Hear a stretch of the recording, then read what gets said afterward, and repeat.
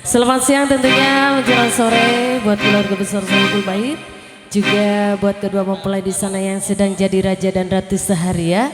Semoga acaranya berjalan dengan lancar juga menjadi pasangan yang sakinah mawaddah warahmah.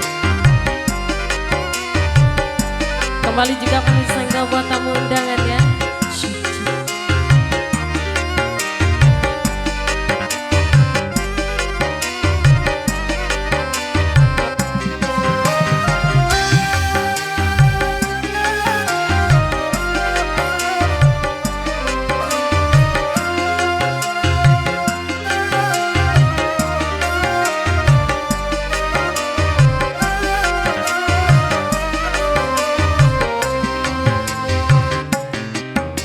Ucapkan selamat buat pengantin baru, duduk berdampingan, hati rasa malu, bunga-bunga indah turut menyaksikan yang kunjung datang memberi doa restu.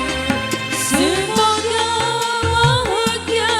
sampai anak cucu, hidup rukun damai selalu kepadamu, aman tentram selalu sampai akhir hayatmu, bahagia wahai sang pengantin baru.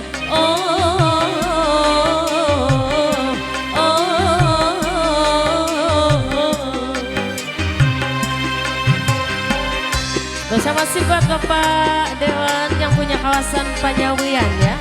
Bapak Ian, selamat santap siang. Sudah makan ya? Sudah?